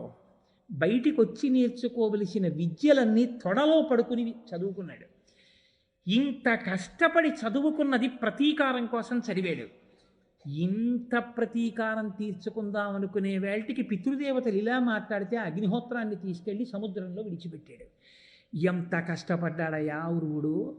అంతకన్నా పెద్ద కష్టం వచ్చిందా నీకు 1 సంవత్సరం అజ్ఞాతవాసం చేయడానికి? ఎంత పెద్ద మాట చెప్పారండి, ఎంత గొప్ప సన్నివేశం చెప్పారండి. ఇది ధౌమ్యుడంటే. జనని ఊరు ప్రదేశంబున అతి నిగూఢంబుగా ఔర్వుండు దాగుటయును, ధేను శరీర విలీనుడై అజ్ఞాతచర్య మార్తాండు సలుపుటయును. మధ్యందిన మార్తాండు అంటారు. లోకములను శిక్షించగలిగినటువంటి, తపింపచేయగలిగినటువంటి శక్తి కలిగినటువంటి పరమాత్మ అనేకమైనటువంటి స్థితులలో గుర్రం రూపాన్ని దాల్చాడు. ఒకానొకప్పుడు తన భార్యయే గుర్రం రూపంలో విహరిస్తోందని తెలుసుకుని తాను కూడా గుర్రం రూపాన్ని పొంది ఆమెతో కలిసి క్రీడించి పుత్రుణ్ణి కన్నాడు. అలాగే ఒకానొకప్పుడు సురభి అనేటటువంటి ఒక ధేనువుతో కామదృష్టితో కోరుకున్నప్పుడు బ్రహ్మగారి యొక్క అనుగ్రహం చేత ధేను శరీర విలీనుడై, అంటే ఆమె శరీరమునందు తన తేజస్సుని కలిపిన వాడై చెరించాడు. అంతటి మార్తాండ స్వరూపం ఉన్నవాడు అంతటి కష్టాన్ని పొందాడు ఒకప్పుడు ప్రియభామిని యొక్క సమాగమం కోసమని. ఏమి అంతకన్నా పెద్ద కష్టం నువ్వు పడుతున్నావా? వినమే, ఇట్లు వడిన వీరులు పదపడి తమకు అగ్గమైన తరి జయింపరెట్లు ప్రబల రిపుల. అంతంత పెద్ద పెద్ద శత్రువుల్ని గెలవడం కోసమని ఇంతంత మహానుభావులు ఇన్నిన్ని కష్టాలు పడి 100,000 సంవత్సరములు కష్టాలకి ఓర్చి తిరిగి తమ తమ స్థానములను తాము దక్కించుకున్నారు. ఆ ఓర్పు ఉంది కాబట్టి, కాలం ఎదురొచ్చినప్పుడు తట్టుకుని నిలబడ్డారు కాబట్టి ఇవాళ మళ్ళీ వాళ్ళు ఆ స్థితిలో నిలబడ్డారు. ధర్మజ, నువ్వు ఆ స్థితిని వదిలిపెట్టేస్తే నువ్వు ఆ ఓర్పుని కోల్పోతే నువ్వు ఎలా ఈ కష్టాన్ని తట్టుకుంటావు, ఎలా కాలానికి ఎదురు నిలబడగలుగుతావు? కాబట్టి నీవు కూడా ఆపద కోర్చుకొనుచు భంగపాటు తీర్చుకొనము. నీకు వచ్చిన ఆపదని ఓర్చుకుని నిలబడగలిగావా, నీకు వచ్చిన భంగపాటు తీర్చుకుంటావు. నీకు ఎవరు కష్టం కల్పించారో వాళ్ళని ఓడించి రాజ్యభ్రష్టుల్ని చేసి మళ్ళీ నువ్వు రాజ్యం పొంది నీ తమ్ముళ్ళు సుఖం పొందాలంటే ఓర్చుకోవడం రావాలి నీకు. ఆపదని ఏడాది ఈ ఓర్చుకోవడం అన్నది పోయి దుఃఖం వచ్చేసిందా, ఆ ఓర్పు పోతుంది. అందుకని తాళు, ఓర్చుకో, ఆపదని తట్టుకో. ఈ మాటలు విన్నాడు ధర్మరాజు. అంతే, వెంటనే అన్నారు, ఉపశమనం పొందాడు, మళ్ళీ స్వస్థితిని పొందాడు. నిజమే, నేను ఇలా విచలితుడను కాకూడదనుకున్నాడు. వాక్కు ఎంత గొప్పదో మీరు చూశారా? ఆ సమయానికి అలా చెప్పగలిగిన పురోహితుడు దొరికాడు కాబట్టి ధర్మరాజు గారు మహానుభావుడు మళ్ళీ చక్కటి స్వాంతన పొందాడు. ఇప్పుడు పాండవులందరూ కలిసి అజ్ఞాతవాసానికి బయలుదేరాలి. ధర్మరాజు అన్నాడు, ఒకసారి భీముడి వంక చూశాడు. ఆయన పెద్ద బెంగంతా భీముడి గురించి. ఎలా వింటాడు మాట. ఆయన అననే అన్నాడు, అర్జునుడనే ఏనుగుని ఆ రోజున నువ్వు వదిలేసి ఉంటే కౌరవులనే పద్మాలున్న వనాన్ని ఎప్పుడో కలచివేసి మనం ఈ పాటికి సింహాసనం మీద కూర్చుందాం అన్నాయా. వద్దు అన్నావు కదా ఆ రోజున. అన్నావు, ఇదే భయం రా తమ్ముడా నీతో. ఎప్పుడు గభాలన బయటపడిపోతావో, ఎప్పుడు కోప్పడిపోతావో, ఎవరిని ఆ భుజాదండంతో మర్దించేస్తావో భయం అని మనసులో అనుకుని, ఇంతంత గొప్ప గొప్ప స్వరూపాలున్న భీమ, అర్జున, నకుల, సహదేవులు, ఈ ద్రౌపదీదేవి ఎలా అజ్ఞాతవాసం చేయడం ఎలా మనకి కుదురుతుంది? అసలు మన రూపాలే ఇంత గొప్ప జుటితో ఉంటాయి కదా, వీటిని ఎలా దాచడం? ఏ మేకప్ వేస్తే దాగుతుందా కాంతి? అగ్నిహోత్రాన్ని ఏ బట్ట చుట్టి దాస్తారు? వెనకటికి ఎవరో వెర్రాడు, కొబ్బరి బొండాలు ఎవరో రాత్రులు ఎత్తుకుపోతున్నారని మడిబట్ట కట్టేట. అలాగా అగ్నిహోత్రానికి బట్ట కట్టి అగ్నిహోత్రం కనపడకుండా ఆపగలరా మీరు? అలా ఉంటుంది. కనుక ఎలాగ ఇప్పుడు వీళ్ళందరూ అజ్ఞాతవాసంలో పైకి దొరకకుండా మసిలేట్టు చూడడం. అర్జునుడు అన్నాడు, ధర్మదేవత నీదు సత్కర్మమునకు మెచ్చి ఎంతయు ప్రీతిమై ఇచ్చినట్టి వరము కలుగంగా మనమేమి వర్తనమున ఎతటనున్నను ఒరుల నెరుగనగునే ఒరులకు నెరుగనగునే. అన్నయ్య ఎందుకు బెంగ పెట్టుకుంటావు? ధర్మదేవత నీకు వరం ఇచ్చింది కదన్నయ్య. అజ్ఞాతవాస కాలంలో మీకు ఏ ఇబ్బంది రాదు, మిమ్మల్ని ఎవరు గుర్తించలేరు అని చెప్పింది కదా. కాబట్టి అన్నయ్య బెంగ పెట్టుకోక, మనల్ని ఎవరు గుర్తించరు, మనం అజ్ఞాతవాసం పూర్తి చేస్తామన్నాడు. ఎక్కడిది ఈ ధర్మదేవత వరం? ఇది అరణ్య పర్వంలో జరిగింది. ఒకానొకప్పుడు పాండురాజు గారు నలుగురు తమ్ముళ్లతో కూర్చుంటే ఓ బ్రాహ్మణుడు పరిగెత్తుకొచ్చి ఆయన అన్నాడు, నేను నా అరణిని తీసుకెళ్ళి చెట్టు కొమ్మకి తగిలించుకున్నాను. ఒక లేడీ అటుగా పరిగెడుతూ వచ్చి చెట్టుని గుద్దుకుంది. ఆ అరణి జారి దాని కొమ్ముకి పడింది. ఆ కొమ్ముకి తగిలిన అరణితో లేడీ పారిపోయింది. ఆ అరణి లేకపోతే నా నిత్యకర్మానుష్ఠానం నడవదు. కాబట్టి ధర్మజ వెళ్ళి నాకు ఆ అరణిని తెచ్చిపెట్టా, లేడీని పట్టి అన్నాడు. అరణి అంటే మీరు చూసి ఉంటారు, ఆ వెంకటేశ్వర వైభవోత్సవాల్లో మొదటి రోజున ఆరణి మంధనము అని లౌకికాగ్నితో వెలిగించకూడదు యజ్ఞంలో అగ్నిహోత్రాన్ని. అందుకని ఆ కొయ్యతో చేయబడినటువంటి దాంట్లో కొద్దిగా పదార్థాన్ని ఉంచి తిప్పితే ఆ వేడికి పైకి, ఆ ఘర్షణకి నిప్పు పైకి వస్తుంది. అలా మధించేటటువంటి ప్రక్రియకి ఉపయోగపడే సాధనాన్ని అరణి అంటారు. అది ప్రతిరోజు అగ్నిహోత్రం చేసే అలవాటు ఉన్నటువంటి బ్రాహ్మణులకు ఉపయోగపడేటటువంటి సాధనం. అది లేకపోతే నిత్యాగ్నిహోత్రం నడపడం కష్టం. కాబట్టి ఆ అరణిని తెచ్చిపెట్టమన్నాడు. మీరు జాగ్రత్తగా గమనించాలి. 5 పరిగెత్తారు అన్నాడు. ఒక లేడీకి 5 పరిగెత్తాలండి? అందులో అర్జునుడు చాలడా? కాదు. ఎందుకు 5 పరిగెత్తారంటే, ఒక బ్రాహ్మణుడికి వచ్చిన కష్టాన్ని, ఒక వేదం చదువుకున్న వాడికి వచ్చిన కష్టాన్ని, వాడి నిత్యకర్మానుష్ఠానికి వచ్చిన వైక్లభ్యాన్ని తొలగించడంలో పాండవులకి ఉన్నటువంటి నిష్ఠ అటువంటి. కాబట్టి ఇప్పుడు 5 పరిగెత్తారు. 5 లేడీ మీద బాణాలు వేశారు. చిత్రం ఏమిటంటే, దొరికి ఆ లేడీ దొరకకుండా తప్పించుకుని అరణ్యంలో పారిపోతూనే ఉంది. ఆఖరికి పాండవులు లేడీని వెతుకుతూ అరణ్య మధ్యంలోకి వెళ్ళిపోయారు. ఓ మర్రి చెట్టు కింద కూర్చున్నారు. విశేషమైన దాహం వేసింది. ధర్మరాజు గారు అన్నాడు, నకులుణ్ణి పిలిచి, నకులుణ్ణి పంపడానికి ఒక రహస్యం కూడా ఉంది. ఓ అక్కర్లేని ప్రస్తావన తీసుకొచ్చారు నకులుడప్పుడు. అందుకని ఆయన్ని పంపడం కోసమని అన్నాడు, నీ సోదరులు దాహంగా ఉంది, ఆ అందుకని నువ్వు చెట్టు మీదకి ఎక్కి చూసి ఇక్కడెక్కడైనా నీటి కయ్య కనపడితే దాహం తీర్చుకోవడానికి నీళ్లు పట్టరా, నువ్వు తాగి నీళ్లు పట్టరా అన్నాడు. అంటే ఆయన చెట్టు ఎక్కి చూసి దూరంగా కనపడుతోంది అన్నయ్య, నేను వెళ్ళి నీళ్లు తెస్తానని ఆ సరోవరం దగ్గరికి వెళ్ళాడు. వెళ్ళి నీళ్లు తాగుదామని దిగుతుంటే అదృశ్య రూపంలో ఎవరో పలికారు, ఈ సరోవరం నాది, నువ్వు లోపలికి దిగి నీళ్లు తాగడానికి వీల్లేదు, నా ప్రశ్నలకు జవాబు చెప్పి అప్పుడు నీళ్లు తాగాలి. నీ ప్రశ్నలకి నేను జవాబు చెప్పడం ఏమిటని నీళ్లు తాగేశాడు. వెంటనే ప్రాణములు పోయినవాడు ఎలా పడిపోతాడో అలా పడిపోయాడు ఒడ్డున. నకులుడు రాలేదు, సహదేవుడు వెళ్ళాడు, సహదేవుడు రాలేదు, భీముడు వెళ్ళాడు, భీముడు రాలేదు, అర్జునుడు వెళ్ళాడు, నలుగురు పడిపోయారు. ఇప్పుడు కట్టకడపటన ధర్మరాజు గారే వెళ్ళాడు. ధర్మరాజు గారే వెళ్ళి ఆయన కూడా నలుగురిని చూసి ఆశ్చర్యపోయారు. యుద్ధం జరగలేదు, ఏ జాడలు లేవు, వాళ్ళ ఒంటి మీద గాయాలు లేవు, సామాన్యులు కారు, కులపర్వతాలు లాంటి వాళ్ళు, వీళ్ళు పడిపోవడం ఏంటి అని దప్పిక తట్టుకోలేక నీటి కోసం దిగాడు. మళ్ళీ ఇదే మాట వినపడింది, నేను కొంగ రూపంలో ఈ నీటికంతటికి రక్షకుడిగా ఉన్నాను, ఈ సరోవరం నాది, నా ప్రశ్నలకు జవాబు చెప్పి నీళ్లు తాగు అని. ఆయన అన్నాడు, ఒక పక్షి నా తమ్ముళ్ళని పడగొట్టలేదు, అంత శక్తి లేదు, మీరెవరో దేవతా స్వరూపులు, సరే మీరు అడగండి, నాకు చేతనైతే చెప్తానన్నాడు. అప్పుడే వచ్చే యక్ష ప్రశ్నలు అంటారు. యక్షుడి రూపంలో వచ్చి నిలబడింది ఎదురుగుండా. నిలబడి ఓ చాలా ప్రశ్నలు అడిగింది. అవన్నీ అరణ్యపర్వం చెప్పినప్పుడు మీరు విందురు కానీ చాలా చిత్రమైనటువంటివన్నీ ఉంటాయి అందులో. మనం తెలుసుకోవలసినవి, నిత్య జీవితంలో తెలుసుకోవలసినవి ఎన్నో ఉంటాయి. ఇంట్లో దేవతల ఆహారం ఎందుకు తీసుకోరు అని అడిగాడు యక్షుడు.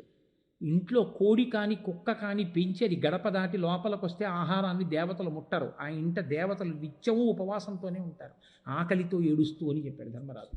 నువ్వు చెప్పింది సత్యం అని చెప్పాడు యక్షుడు. ఎన్నిటిని అడిగాడు మహానుభావుడు. రూపముండి గుండెలేనిది ఏదన్నాడు, రాయి అన్నాడు. సూర్యోదయం దేని వల్ల జరుగుతుందన్నాడు, బ్రహ్మము వల్ల అన్నాడు. దేని వల్ల అస్తమిస్తుందన్నాడు, ధర్మము వల్ల అన్నాడు. దేని వలన నడుస్తుంది అన్నాడు, వేద మంత్రముల యొక్క అనుగ్రహం వల్ల నడుస్తూ ఉంటుంది అన్నాడు. ఎవరు ఆయన్ని అనుగమిస్తారు అని అడిగాడు. ఎన్ని ప్రశ్నలు అడిగాడో తెలుసా అండి? ఒకటి కాదు, రెండు కాదు, సముద్రం కన్నా లోతైంది ఏదని అడిగాడు. ఆడదాని గుండె అని చెప్పాడు. ఎన్ని ప్రశ్నలో వేశాడు. ఇన్ని ప్రశ్నలకి జవాబులు చెప్పాడు. ఇన్ని ప్రశ్నలకి జవాబులు చెప్పిన తర్వాత సంతోషించి, నేను ప్రసన్నుడనయ్యానయ్యా, నువ్వు చాలా గొప్ప జవాబులు చెప్పావు, నీ నలుగురు తమ్ముళ్ళు పడిపోయారు, ఒకళ్ళని బ్రతికిస్తాను, ఎవరు కావాలో అడుగన్నాడు. నకులుణ్ణి బతికించమని అడిగాడు. అదేమిటి ధర్మరాజా, భీముణ్ణి అడగాలి, అర్జునుణ్ణి అడగాలి, నీ పగ తీరడానికి వాళ్ళు అవసరం, వాళ్ళిద్దరిని వదిలేసి నకులుణ్ణి అడిగేమిటి అన్నాడు. అంటే ధర్మరాజు గారు అన్నాడు, కుంతీసుతులలో నేను బతికి ఉన్నాను. ధర్మరాజు, భీముడు, అర్జునుడు ముగ్గురు కుంతీదేవి పుత్రులు. పాండురాజు పుత్రుల్లో ఇద్దరు భార్యలకి, కుంతికి మాద్రికి ముగ్గురు ఇద్దరు. ఆ ముగ్గురులో నేను బతికి ఉన్నాను. నా పినతల్లి మాద్రీసుతులలో ఒక్కడు కూడా బ్రతికి లేడు. అందుకే నా పినతల్లి పుత్రులైనటువంటి నకుల సహదేవుల్లో పెద్దవాడు కనుక నకులుడు బతకాలని కోరుకున్నాను. ఏమి ధర్మనిష్టయా? ఈ ప్రశ్న ఎందుకు అడిగానో తెలుసా? ధర్మం తెలియడం వేరు, ధర్మాన్ని అనుష్ఠించడం వేరు. నువ్వు అలా అడుగుతావా, నీ స్వప్రయోజనానికి భీమార్జునులను అడుగుతావో చూద్దామని అడిగాను. షహబాష్, నీ నలుగురు తమ్ముళ్ళని బతికిస్తున్నానన్నాడు. ఇంకొక వరం అడుగు, ఏం కావాలని అడిగాడు. నా బుద్ధి ఎంత కష్టం వచ్చినా ధర్మము నుంచి తప్పిపోకుండా నిలబడేటట్టుగా నన్ను అనుగ్రహించు అన్నాడు. ధర్మరాజా, ఏమి ప్రశ్న అడిగావయ్యా, ఏమి కోరిక కోరావయ్యా, ఎవడు అడుగుతాడయ్యా ఇటువంటి కోరిక? ఇప్పుడు ఒక వరం నిన్ను అడగమనకుండా నేను ఇస్తున్నాను. ఎదర అజ్ఞాతవాసం రాబోతోంది. అజ్ఞాతవాసంలో మీరు ఏ రూపాన్ని పొందుదామని సంకల్పం చేస్తే దానికి తగినట్టుగా మీరు మారిపోతారు. అందుకే భీముడు వంటలవాడు అవుదాం అనుకుంటే ఎదర మీరు విందురు కాని పద్యాలు తిక్కన గారి రచన ఉంటుంది. ఆయన ఏం కొత్తగా కర్రలు గరిట్లు తెచ్చుకోలేదు, వచ్చేసాయి అంతే చేతిలోకి. ధర్మరాజు గారి సన్యాసి వేషం వేద్దామంటే కాషాయ బట్టలు వచ్చాయి అంతే, వాళ్ళు సంకల్పం చేస్తే వచ్చాయి. ఇది చెప్తున్నాడు అర్జునుడు. అన్నయ్య, ధర్మదేవత అనుగ్రహం ఉంది. ఆ రోజున ఆ యక్షుడు, నాయన ఎవరో తెలుసా, నేనే యమధర్మరాజు, నీ తండ్రిని. నా కొడుకు ఇంత కీర్తి పొందాడే ఈ లోకంలో, నిజంగా అంత కీర్తికి అర్హుడేనా అని పరీక్షించడానికి వచ్చాను. నా కొడుకువి నువ్వని పొంగిపోతున్నానయ్యా అని యమధర్మరాజు గారి స్వరూపం ఏమిటో చెప్తాడండి అరణ్యపర్వంలో. అందరూ యమధర్మరాజు గారంటే చంపేయడం అనుకుంటారు. పరమ ధర్మస్వరూపం, సత్యం, నిష్ఠ, తపస్సు, దమం, ఇవన్నీ నా స్వరూపాలని చెప్పాడు. కాబట్టి నిన్ను చూసి పొంగిపోతున్నాను రా పుత్ర అన్నాడు. అదిగో ఆ ధర్మదేవత వరం ఉంది కదా అన్నయ్య మనకి, కాబట్టి ఇప్పుడు అజ్ఞాతవాసంలో మన ఎవరు పట్టుకుంటారు? ఆయన వరం ఉండగా మనం ఏ వేషం వేసినా రక్తి కట్టేస్తుందంతే. మన్ని పట్టుకోగలిగిన వాళ్ళు లేరన్నయ్య. కాబట్టి ధర్మదేవత నీదు సత్కర్మమునకు మెచ్చి ఎంతయు ప్రీతిమై ఇచ్చినట్టి వరము కలుగంగా మనమేమి వర్తనమున ఎచటనున్నను ఒరులకు ఎరుగనగునే. మనం ఎక్కడుంటే మాత్రం, ఎలా ప్రవర్తిస్తే మాత్రం, ఏ వేషం కడితే మాత్రం ఎవరు మన కనిపెడతారన్నయ్య? బెంగలేదు లేదు. కాబట్టి ఎవరెవరం ఏ వేషంలో ఉందామో, ఏ రాజ్యంలో ఉందామో, ఎలా ఉందామో, ఎక్కడుందామో నువ్వు నిర్ణయం చెయ్యన్నయ్యా. సరే చెప్తాను రా అన్నాడు. ఆలోచిస్తున్నాడు ధర్మరాజు గారు. పరమ సంతోషంగా ఉన్నాడు. ఇప్పుడు ధర్మదేవత వరం జ్ఞాపకానికి వచ్చింది. ధౌమ్యుడి మాటలు విన్నాడు. ధర్మరాజు గారు పరమ ప్రశాంతమైన స్థితిలో సంతోషంగా ఇప్పుడు తాను ఒక నిర్ణయం చెయ్యబోతున్నాడు.